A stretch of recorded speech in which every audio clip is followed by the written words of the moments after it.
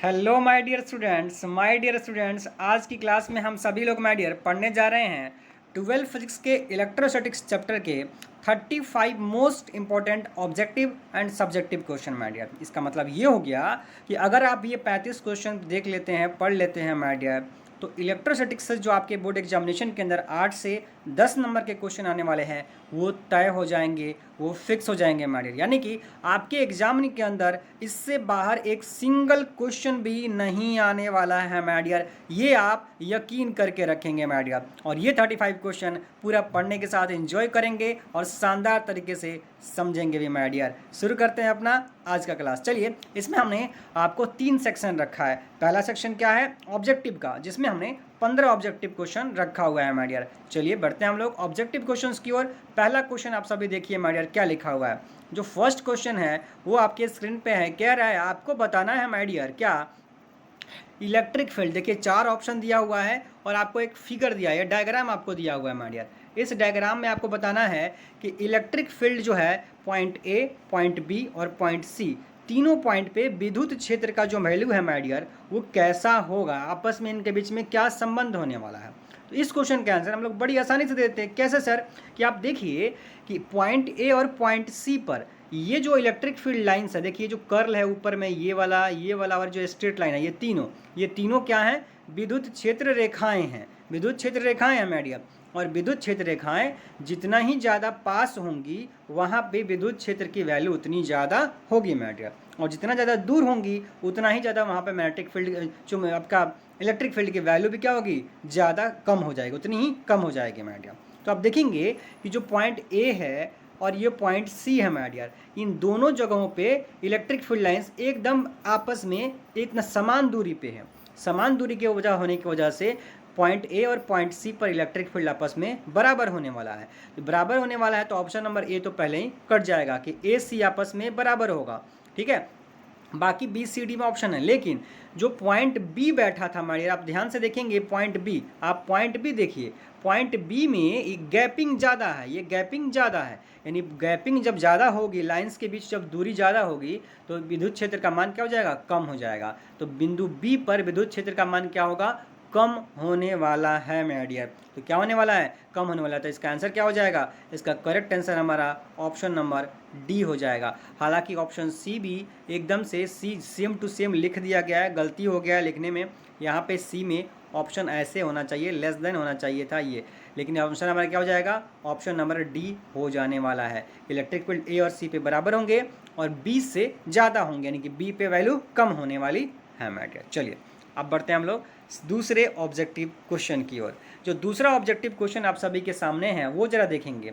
वो कहता है कि अक्षीय और निरक्षीय स्थिति में विद्युत क्षेत्र के बीच क्या संबंध होता है। और खास करके ये पूरा का पूरा video my dear Hindi medium के स्टूडेंट्स के लिए डेवोडेटेड है, उन्हीं के लिए, उन्हीं को समर्पित किया गया है। इंग्लिश मीडियम के स्टूडेंट्स के लिए ऑलरेडी कई सारी ऑब्जेक्टिव की वीडियोज बनाई गई है, वो जा करके देख लेंगे। चलिए, ये जो क्वेश्चन कहता है दूसरा नंबर, वो कहता है कि अक्षीय और निरक्षीय स्थिति में विद्युत क्षेत्र के बीच में क्या संबंध होता है माय डियर। तो हमको पता है कि सर अक्षीय में जो वैल्यू होती है वो निरक्षीय का दुगुना होता है। इक्वेटोरियल का वैल्यू क्या होता है? उससे दुगुना होता है एक्सियल की वैल्यू। इक्वेटोरियल में वैल्यू जो होगी वो आधी हो जाएगी एक्सियल की, या एक्सियल का वैल्यू दुगुना हो जाएगा इक्वेटोरियल से। तो ऐसा कौन सा ऑप्शन है? ऐसा ऑप्शन नंबर ए दिया हुआ है। देखिए इक्वेटोरियल का दोगुना हमको दिया हुआ है ऑप्शन ए। तो हमारा ऑप्शन ए क्या हो जाएगा? करेक्ट आंसर हो जाएगा क्वेश्चन नंबर सेकंड का। आगे बढ़ते हैं क्वेश्चन नंबर थर्ड। देखिए आप सभी के सामने क्वेश्चन थर्ड क्या कहता है। कहता है आवेशित गोलीय चालक के अंदर विद्युत क्षेत्र कितना होता है माय डियर। आपको बताना है कि एक गोला है, एक कंडक्टर है, और कंडक्टर क्या है? चार्ज्ड है, आवेशित है। तो उसके अंदर में विद्युत क्षेत्र पूछ रहा है माय डियर। तो अगर अंदर में विद्युत क्षेत्र पूछेगा तो अंदर में विद्युत क्षेत्र की वैल्यू जीरो होती है। क्या होती है? जीरो। तो ऑप्शन क्या हो जाएगा? ऑप्शन हमारा सी है। सी करेक्ट आंसर हो जाएगा क्वेश्चन नंबर थर्ड का। क्वेश्चन नंबर 4 की तरफ बढ़ते हैं। क्वेश्चन नंबर 4 देखिएगा, ध्यान से पढ़िएगा। कहता है धारिता का एसआई मात्रक। हालांकि धारिता से पहले विद्युत लिखना जरूरी था कि विद्युत धारिता का एसआई मात्रक क्या होता है। वैसे धारिता का मतलब कुछ भी समझ सकते थे, किसी भी चीज़ की धारिता, तो यहाँ विद्युत धारिता होना जरूरी था। खैर हमें जो पढ़ना है वो तो हमें विद्युत धारिता ही पढ़नी है हमारी क्लासेस के अंदर, सब्जेक्ट के अंदर। तो विद्युत धारिता का एसआई मात्रक क्या होता है, तो आप सभी को पता है, बिल्कुल बहुत अच्छे से सबने जवाब दे दिया माय डियर। क्या कि सर फैराड होता है। क्या होता है? फैराड। धारिता का एसआई मात्रक आपने सही पहचाना, फैराड होता है माय डियर। क्या होता है? फैराड। लेकिन न्यूमेरिकल में आपको फैराड जल्दी लिखा हुआ नहीं मिलता, आपको माइक्रो फैराड लिखा हुआ, 2 micro farad, 4 micro farad, 8 micro farad, ऐसे वैल्यू आपको न्यूमेरिकल प्रॉब्लम के अंदर दी जाती है माय डियर। इस चीज़ का आप ख्याल रखेंगे। चलिए क्वेश्चन नंबर 5 की तरफ बढ़ते हैं। क्वेश्चन नंबर 5 कहता है, दो आवेशों के बीच अगर हम पैरावैद्युतांक रख देते हैं माय डियर, एक डाई इलेक्ट्रिक रख देते हैं, तो उनके बीच जो बल होगा वो क्या हो जाएगा? तो बोला सर कोई भी पैरावैद्युतांक, कोई दूसरा मीडियम अगर आप ला करके रख देंगे बल के बीच में, तो क्या हो जाएगा? आवेशों के बीच में तो बल की वैल्यू घट जाने वाली है। बल सबसे ज़्यादा कब लगता है? जब आपके पास हवा हो, एयर हो माय डियर। लेकिन अगर हवा को छोड़ करके कोई भी दूसरा मीडियम अगर ला के दे देंगे, तो पैरावैद्युतांक क्या है माय डियर? वो हवा को छोड़ करके कोई दूसरा मीडियम है। इसका मतलब ये हो गया कि जैसे कोई दूसरा मीडियम आएगा, वो फोर्स की वैल्यू को डिक्रीज कर देगा, कम कर देगा माय डियर। तो इसका आंसर क्या हो जाएगा? हमारा correct answer option number B हो जाएगा कि सर बल जो होता है वो घट जाता है। क्या होता है? घट हो जाता है। क्वेश्चन नंबर 6 की तरफ आगे बढ़ेंगे। क्वेश्चन नंबर 6 देखिए क्या कहता है। कहता है एक क्वांटम आवेश किसके बराबर होता है? वन क्वांटम आवेश, बेसिकली वन क्वांटम की जो वैल्यू होती है वो ESU के अकॉर्डिंग होती है। और एक कूलम में कितना ESU होता है वो आपने पहले से जानते हैं, 3 × 10 की पावर 9 ESU होता है। तो 3 × 10 की पावर 9 ESU को हम 1.6 × 10 के पावर -19 से जस्ट मल्टीप्लाई कर देंगे। तो मल्टीप्लाई करते ही माय डियर हमें क्या मिल जाएगा? हमें इस क्वेश्चन का आंसर मिल जाएगा ऑप्शन नंबर बी, 4.8 × 10 के पावर -10 ESU हमारा आंसर हो जाने वाला है। तो क्वेश्चन 6 का आंसर क्या होगा? ऑप्शन बी, 4.8 × 10 का पावर -10 ESU माय डियर। आगे बढ़ते हैं, क्वेश्चन नंबर 7 की तरफ चलते हैं। क्वेश्चन नंबर 7 देखिए क्या कहता है। 1/4 पाई एप्सिलॉन नॉट का मान आपसे पूछा जा रहा है। 1/4 पाई एप्सिलॉन नॉट की वैल्यू आपसे पूछी जा रही है माय डियर। तो आप सभी को पता है कि सर ये तो एक कांस्टेंट होता है ना, तो कांस्टेंट की वैल्यू कितनी होती है? 9 × 10 की पावर 9 हो जाती है। तो 9 × 10 की पावर 9, ये हमारा ऑप्शन नंबर बी है, न्यूटन मीटर स्क्वायर पर कूलम स्क्वायर। तो ऑब्जेक्टिव में आपसे ये मात्रक भी पूछा सकता है, मात्रक आपको याद रखना है, न्यूटन मीटर स्क्वायर पर coulomb square my dear. Option number B correct answer. Question number 8 की तरफ चलते हैं। आवेशित चादर के कारण विद्युत क्षेत्र होता है माय डियर। अब इसकी बार आपसे हो रहा है, ये गॉस थ्योरी का एप्लीकेशन नंबर 2 है माय डियर, जिसमें हम लोग पढ़ते हैं एक सीट की वजह से इलेक्ट्रिक फील्ड की वैल्यू। तो सीट की वजह से जो इलेक्ट्रिक फील्ड की वैल्यू होती है वो σ/2 एप्सिलॉन नॉट होती है। कितनी होती है माय डियर? σ/2 epsilon not. तो इसका आंसर भी क्या हो जाएगा? Option B. इस क्वेश्चन का भी आंसर क्या हो जाएगा? ऑप्शन बी, जहाँ सिग्मा क्या होता है? पृष्ठ आवेश घनत्व, सरफेस चार्ज डेंसिटी होती है माय डियर। क्वेश्चन नंबर 9 की ओर बढ़ेंगे। 9 नंबर क्वेश्चन कहता है कि एक कूलम आवेश में इलेक्ट्रॉन की संख्या कितनी होती है? बच्चे को पता है कि सर एक कूलम में 6.25 × 10 के पावर 18 इतना इलेक्ट्रॉन होता है। और ये संयोग ही है माय डियर कि पिछले 4 क्वेश्चन में सभी का आंसर ऑप्शन नंबर बी आ रहा है कि नहीं? चलिए खैर ये तो इत्तेफाक था कि जो ऑप्शन मैंने रखा था वो ऐसे मैच कर गया है, कोई बात नहीं है। पर एग्जामिनेशन में कभी ऐसा मत समझिएगा, कई सारे बच्चों के साथ ऐसा होता है कि वो क्या करते हैं कि 2-3 क्वेश्चन देखेंगे, अच्छा इसका ए आ गया, इसका ए आ गया, अब वो लगातार 4-5 क्वेश्चन को ए मार देंगे ऐसे ही बिना क्वेश्चन सॉल्व किए। वो लगता है कि अरे 2-3 का आंसर ए लगातार ए आ गया, तो पता नहीं सबका आंसर ए ही होगा। तो ये गलतियाँ नहीं करनी है, आपको सारे के सारे क्वेश्चन पढ़ने हैं और सारे क्वेश्चन का जवाब आपको अच्छे से देना है माय डियर। बहुत आसान एग्जाम होता है बोर्ड एग्जामिनेशन, कोई भी बड़ी चीज़ नहीं है। आप जस्ट ये वीडियोस देखिए माय डियर। आप अगर पास अगर नोट्स भी नहीं है, अगर आप ये सिर्फ वीडियोस देखते हैं माय डियर, ये वीडियो ऑब्जेक्टिव का जितना भी ऑब्जेक्टिव का वीडियो चैनल पे अपलोड होता है, अगर आप वो देखते हैं तो यकीन मानिए माय डियर, अगर 70 ऑब्जेक्टिव क्वेश्चन बिहार बोर्ड के अंदर आता है तो 70 के 70 आप बनाने की सिचुएशन में खड़े रहेंगे माय डियर। वैसे बनाना तो आपको 35 क्वेश्चन ही रहेगा, लेकिन आपके पास एबिलिटी रहेगी कि आप 70 के 70 ऑब्जेक्टिव कर देंगे माय डियर। बस खैर चलिए आगे बढ़ते हैं, हम लोग क्वेश्चन नंबर 10 की तरफ चलते हैं। क्वेश्चन नंबर 10 कहता है गोलीय चालक की धारिता किसके समानुपाती होती है? गोलीय चालक की धारिता माय डियर हमसे कहा जा रहा है, क्या पूछ रहा है? गोलीय चालक की धारिता पूछी जा रही है।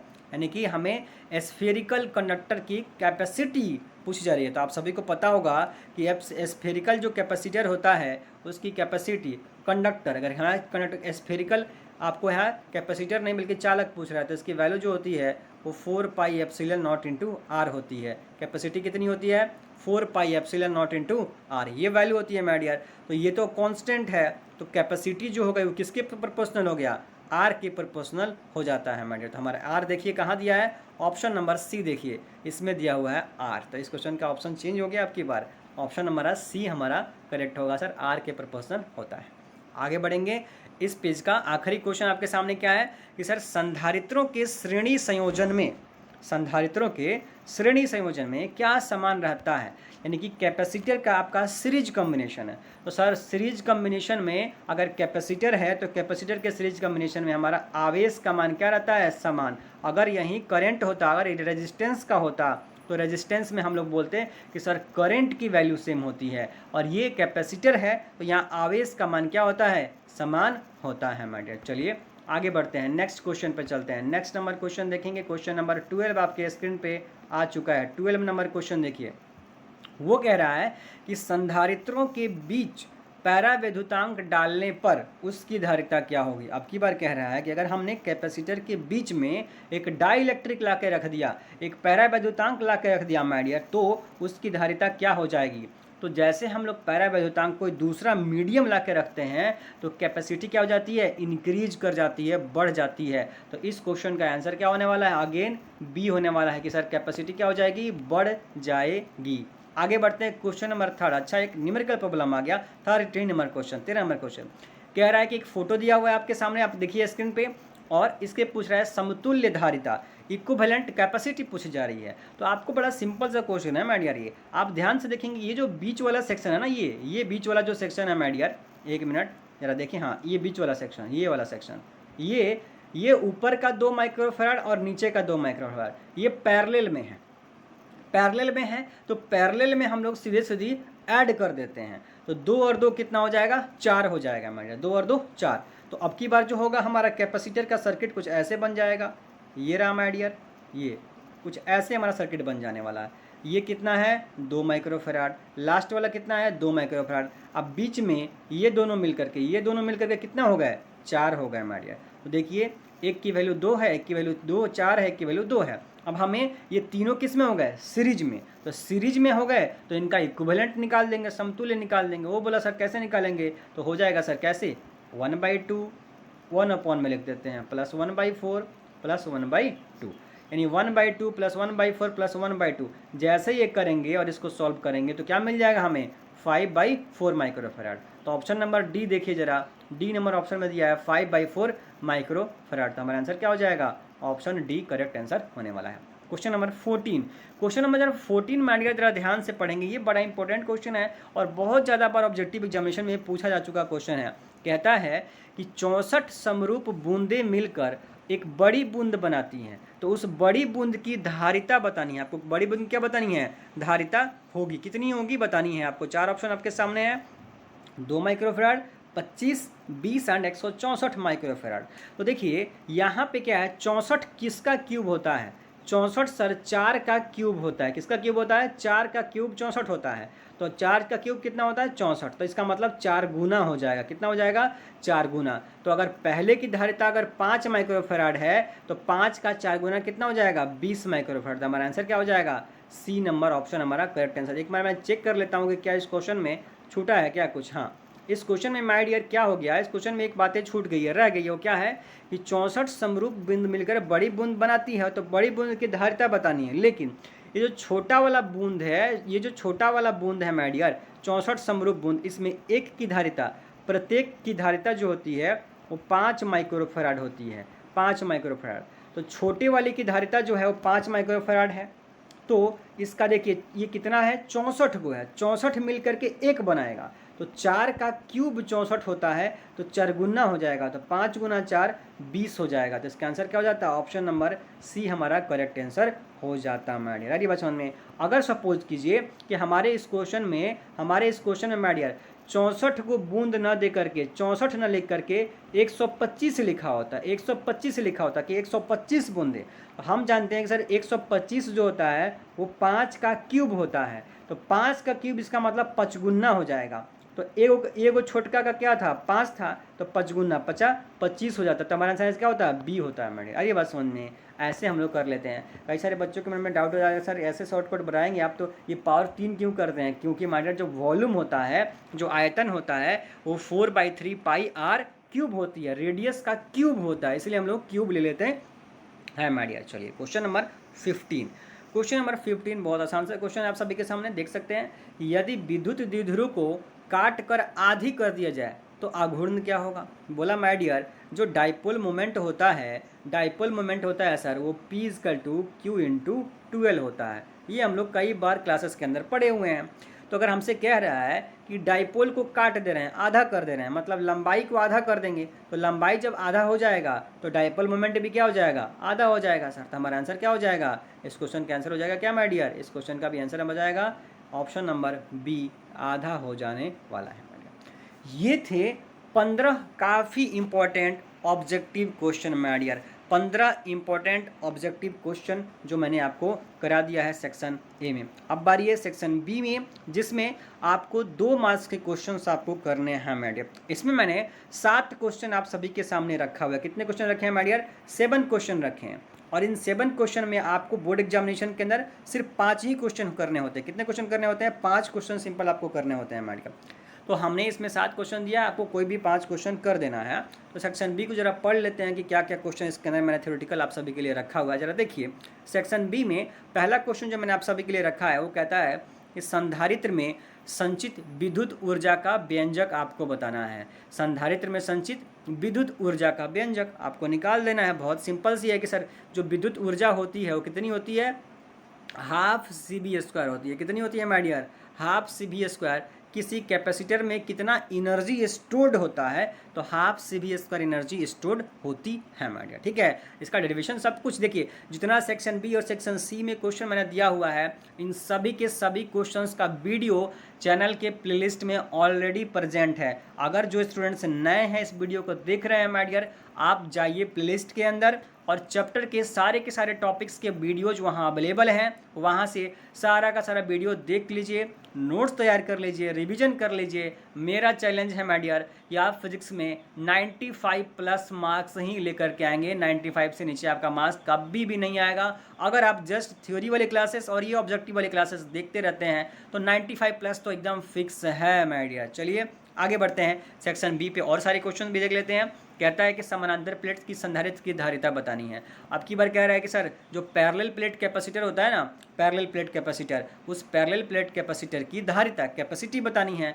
तो वो भी आपको थ्योरी वाली क्लास में आप पढ़े हुए हैं। क्या होता है माय डियर, A∈0/D। क्या होता है, A∈0/D। ये होती है पैरेलल प्लेट कैपेसिटर की कैपेसिटी होती है, A∈0/D होती है। थर्ड नंबर क्वेश्चन कहता है विद्युत द्विध्रुव के कारण आपको स्थितिज ऊर्जा इलेक्ट्रिक पोटेंशियल एनर्जी बतानी है। किसकी वजह से माय डियर, डाइपोल की वजह से। डाइपोल की वजह से इलेक्ट्रिक पोटेंशियल एनर्जी की वैल्यू बतानी है। सब कुछ क्लास में पढ़ाया हुआ है, थ्योरी वाली क्लास जाकर के आप वहाँ पर देख सकते हैं और नोट्स बना सकते हैं, लिख सकते हैं माय डियर। चौथा नंबर जो ऑब्जेक्टिव क्वेश्चन 2 नंबर का क्वेश्चन है वो कहेगा कि गॉस के नियम को लिखें और इसे सिद्ध करें। तो गॉस का नियम प्रूफ करना और इसको लिखना, ये 2 मार्क्स का क्वेश्चन आ सकता है बोर्ड एग्जामिनेशन के अंदर। वैसे गॉस का नियम बहुत बार पूछा गया क्वेश्चन होता है, आप सभी को पता ही है कि इलेक्ट्रोस्टैटिक्स के अंदर गॉस के नियम से इंपॉर्टेंट कोई क्वेश्चन होता ही नहीं है माय डियर। अरे बात समझ में। चलिए तो गॉस का नियम आप फटाफट से एग्जामिनेशन में लिख देंगे कि सर गॉस बोलते हैं कि जो टोटल फ्लक्स होता है ना, टोटल फ्लक्स, ये टोटल फ्लक्स की जो वैल्यू होती है वो सर Q/ε0 के बराबर होती है। ये बोलते हैं गॉस साहब बोलते हैं कि किसी भी बंद सतह के अंदर में अगर आवेश प्रेजेंट है, चार्ज प्रेजेंट है, तो उस सतह से, उस बंद सतह से जो कुल विद्युत फ्लक्स निकलेगा, कुल, ये शब्द काफ़ी इंपॉर्टेंट है और अधिकांश बच्चे गलती कर देते हैं, लेकिन नेट शब्द लगाना है, कुल शब्द लगाना है। कुल फ्लक्स की जो वैल्यू होती है वो Q/ε0 होती है। ठीक है, क्वेश्चन नंबर 5 चलिए। विद्युत द्विध्रुव पर लगने वाले बल आघूर्ण की वैल्यू बतानी है हमारे यार। आपको टॉर्क की वैल्यू बतानी है किसके ऊपर, डाइपोल के ऊपर। तो डाइपोल के ऊपर टॉर्क की वैल्यू कितनी होती है, ये सब कुछ आपको क्लास में पढ़ाया हुआ है। कितनी होती है, पी का साइन थीटा होता है। कितना होता है, पी साइन थीटा। ये आपका क्या होता है, डाइपोल मोमेंट होता है, पी इलेक्ट्रिक फील्ड होता है, और टी टाउ क्या होता है, टाउ आपका टॉर्क होता है, बल आघूर्ण होता है, जिसकी वैल्यू हमसे पूछ रहा है। तो ये tau is equal to P sine theta, ये हमें प्रूफ कर देना है, निकाल देना है। तो दो काफ़ी छोटा सा 7 से 8 लाइन का आपका डेरिवेशन होता है। तो अब 2 मार्क्स में आसानी से पूछा जा सकता है एग्जामिनेशन के अंदर में। आगे देखेंगे 6 नंबर क्वेश्चन कहता है विद्युत क्षेत्र रेखाओं के 3 गुण लिखिए माडियर। आपको 3 गुण लिख देना है इलेक्ट्रिक फील्ड लाइंस का। विद्युत क्षेत्र रेखाओं के कितने गुण लिखनी है, 3 गुण लिखने हैं सिर्फ। अभी कौन सी गुण होती है सर, कि विद्युत क्षेत्र रेखाएं जो होती हैं वो पॉजिटिव चार्ज से सीधे निकलती हैं, निगेटिव चार्ज पे मिलती हैं माय डियर। और लिख सकते हैं क्या, कि विद्युत क्षेत्र रेखाएं कभी भी एक दूसरे को इंटरसेक्ट नहीं करती हैं माय डियर। और क्यों नहीं करती हैं, ये भी क्वेश्चन 2 मार्क्स में आता है कि विद्युत क्षेत्र रेखाएं एक दूसरे को इंटरसेक्ट क्यों नहीं करती हैं। क्योंकि इंटरसेक्शन पॉइंट पे 2 इलेक्ट्रिक फील्ड लाइंस 2 अलग अलग डायरेक्शन को दिखाएंगे इलेक्ट्रिक फील्ड के, और इलेक्ट्रिक फील्ड का 2 डायरेक्शन एक ही जगह पे पॉसिबल नहीं है, इसीलिए वो काट नहीं सकती हैं मैडियम। और एक और गुण लिख सकते हैं आप चाहे तो, ये हमेशा सरफेस के परपेंडिकुलर होती हैं। जिस सरफेस पे चार्ज होगा उस सरफेस के हमेशा परपेंडिकुलर होंगे इलेक्ट्रिक फील्ड लाइंस मैडियम। अब देखिए 7वां क्वेश्चन आपके सामने क्या है, कहता है अध्यारोपण के सिद्धांत से आप क्या समझते हैं। और माय डियर ये क्वेश्चन ना बहुत बार पूछा गया है, बहुत बार। अध्यारोपण का सिद्धांत यानी कि सुपर पोजिशन प्रिंसिपल, आपको चार्जेस के बारे में सुपर पोजिशन प्रिंसिपल है। ये सुपर पोजिशन प्रिंसिपल ना एक आपको पढ़ना है, ऑप्टिक्स में भी पढ़ना है, पर वो ऑप्टिक्स वाला सुपर पोजिशन प्रिंसिपल ज़िंदगी में आपके एग्जामिनेशन में कभी नहीं पूछा जाएगा। लेकिन जब भी पूछा जाएगा यही वाला चार्ज वाला आपसे पूछा जाएगा माय डियर। अध्यारोपण के सिद्धांत में क्या होता है, अगर बहुत सारे चार्ज हो जाएंगे ना, मान लीजिए किसी सिस्टम में 2 ही चार्ज हैं, वहाँ हम डायरेक्टली कूलम्स लॉ निकाल सकते हैं। 2 चार्ज के बीच में कूलम्स लॉ की लिमिटेशन है कि सर वो 2 ही चार्ज के बीच में लगता है। लेकिन अगर किसी सिस्टम में 10 गो चार्ज हो गया, जो कि नॉर्मली होगा ही, लाखों की संख्या में चार्ज होंगे, तो बोला सर वहाँ पर अगर हम कूलम्स लॉ लगाना चाहें तो कैसे लगाएंगे। तो उसके लिए सुपरपोजिशन प्रिंसिपल आता है, और ये कहता है कि हम 10 चार्जों में किसी एक चार्ज को फिक्स कर लेंगे, और बाकी के जो चार्ज हैं वो बारी बारी से उनके ऊपर कितना फोर्स लगा रहे हैं, वो एक सिंगल चार्ज के ऊपर जिसको मैंने फिक्स किया है, उनके बीच में हम कूलम्स लॉ लगाते चले जाएंगे माय डियर। और जितना भी फोर्स आएगा सारे फोर्स को आप ऐड कर दीजिएगा वेक्टर फॉर्म में, सदिश रूप में जोड़ दीजिएगा, तो टोटल फोर्स की वैल्यू आपको मिल जाने वाली है किसी एक चार्ज पे माय डियर। ये अध्यारोपण का सिद्धांत कहता है। तो ये था 7 काफ़ी इंपॉर्टेंट 2 मार्क्स के क्वेश्चन माय डियर, यानी कि इसी में से जो भी 2 नंबर का क्वेश्चन आपको इस चैप्टर से मिलेगा, इन्हीं में से मिलने वाला है माय डियर। क्वेश्चन नंबर आपका सेक्शन सी की तरफ हम लोग बढ़ लेते हैं, जरा सेक्शन सी देख लेते हैं माय डियर। सेक्शन सी में आप सभी के सामने क्वेश्चन रखा गया है, आप देखेंगे 5 मार्क्स के क्वेश्चन है माय डियर। ये 5 नंबर के क्वेश्चन है, 2 क्वेश्चन आपको यहाँ पे करने हैं। यहाँ पे मेरे हिसाब से अभी आपको इस क्वेश्चन में 2 क्वेश्चन मैंने आप सभी के लिए रखा हुआ है। वैसे आपके बोर्ड एग्जामिनेशन में 3 क्वेश्चन आएंगे, लेकिन 3 तो आएंगे माय डियर पूरे के पूरे सिलेबस से ना। ये तो सिर्फ एक सिंगल चैप्टर है इलेक्ट्रोस्टैटिक्स, जिससे 8 से 10 नंबर बोर्ड एग्जामिनेशन में पूछेगा। तो यहाँ से हमारे लिए ये 3 क्वेश्चन बहुत ज़्यादा सफिशिएंट है, इससे ज़्यादा नहीं आने वाला है, इनके बाहर नहीं आने वाला है। यानी कि सेक्शन सी आप सभी के लिए काफ़ी इंपॉर्टेंट है, क्योंकि एक क्वेश्चन आपको 5 नंबर दे करके जाने वाला है माय डियर। कहता है क्वेश्चन नंबर 1 देखेंगे, फर्स्ट नंबर कहता है सेक्शन सी में गॉस के नियम को लिखें और आवेशित गोलीय चालक के लिए विद्युत क्षेत्र की तीव्रता का व्यंजक भी प्राप्त करना है। तो गॉस का नियम तो अभी मैंने आपको समझा दिया क्या होता है, वैसे सब क्लास में पढ़ा हुआ है। और गोलीय आवेशित चालक के लिए, स्फेरिकल चार्ज्ड कंडक्टर के लिए आपको निकालनी है इलेक्ट्रिक फील्ड इंटेंसिटी की वैल्यू। अब स्फेरिकल चार्ज कंडक्टर के लिए आप इलेक्ट्रिक फील्ड इंटेंसिटी की वैल्यू निकाल सकते हैं। स्फेरिकल चार्ज कंडक्टर के अंदर में भी उसके बाहर में भी आपको दोनों जगह पूछा जाता है माय डियर। बाहर में भी पूछा जाएगा और अंदर में भी पूछा जाएगा। तो अंदर में इलेक्ट्रिक फील्ड तो 0 हो जाएगा, और बाहर में सिंपल जो होती है वैल्यू आपको जो सिंगल चार्ज की वजह से होती है वही वैल्यू होती है 1/4πε0 Q/r², वही वैल्यू होती है आपके पास बाहर में। तो आप आसानी से वहाँ पे निकाल देने वाले हैं। मैं बार बार बोल रहा हूँ, जो स्टूडेंट्स नए हैं आप प्लेलिस्ट में जाइए माय डियर, आपको हर चैप्टर का प्लेलिस्ट बना हुआ है। एनसीईआरटी चैप्टर 1, एनसीईआरटी चैप्टर 2, आप प्लेलिस्ट को खोलिएगा, वहाँ पे आपको सारी वीडियोज़ मिल जाएगी, और ये सारा का सारा थ्योरी वाली क्लास में सब कुछ एक एक डेरिवेशन सब कुछ पढ़ाया हुआ है। आप वहाँ से सब कुछ पढ़ सकते हैं, समझ सकते हैं माय डियर। क्वेश्चन नंबर 2 कहता है विद्युत धारिता किसे कहते हैं, आपको धारिता का डेफिनेशन देना है। ये किस बात पर निर्भर करता है? ये काफ़ी इंपॉर्टेंट क्वेश्चन होता है। और ये यकीन मानिए कि क्वेश्चन नंबर जो 2 है इसमें से ये 5 नंबर का क्वेश्चन मैंने बनाया हुआ है, लेकिन यही क्वेश्चन 2 मार्क्स में पूछ सकता है आपके एग्जामिनेशन के अंदर कि इलेक्ट्रिकल कैपेसिटी किन बातों पर डिपेंड करती है, विद्युत धारिता किस बात पर निर्भर करती है। तो विद्युत धारिता निर्भर करती है माय डियर किसके ऊपर? वो निर्भर करती है साइज़ के ऊपर, शेप साइज़ के ऊपर निर्भर करती है, माध्यम के ऊपर निर्भर करती है कि किस माध्यम में हमने अपने सिस्टम को, अपने चार्जेज को, कैपेसिटर को रखा हुआ है माय डियर। और साथ साथ में कि प्लेटों के बीच की डिस्टेंस कितनी है, इन बातों पे भी थोड़ा बहुत फ़र्क पड़ जाता है। तो ये डिस्टेंस कितनी है वो आपका एरिया हो जाएगा एक तरह से, तो एरिया पे डिपेंड करेगा, साइज़ पे डिपेंड करता है माय।